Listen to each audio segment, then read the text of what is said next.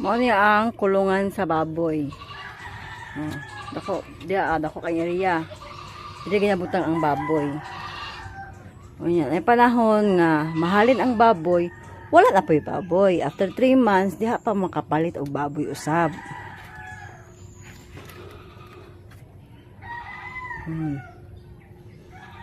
Tapos, kung nanay baboy, syempre manghinlo na si Papa buntag sayo. Ayan naman siya trabaho. Iyara ng lawgan ang baboy, ahang hinluan diri. Nya syempre mo trabaho na siya. Pag uli niya mga alas 5 sa hapon, diha na po na siya muglawg sa baboy alas 5 sa hapon. Siya yung tiglawg sa baboy.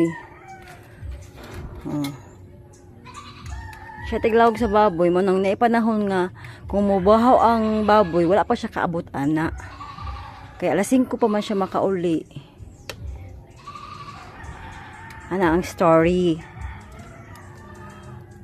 Dili pa sabot nga kada adlaw baho ang baboy.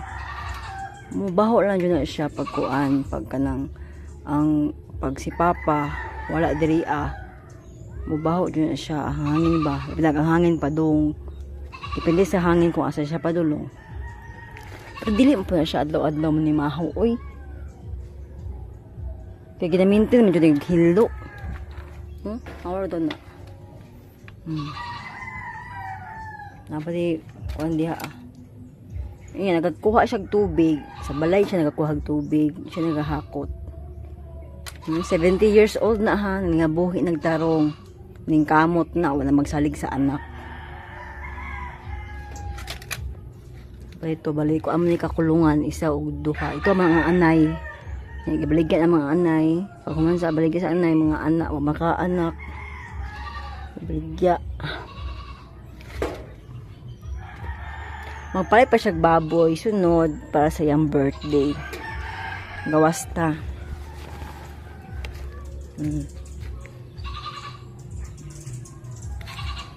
Dili, pinamuhi idra.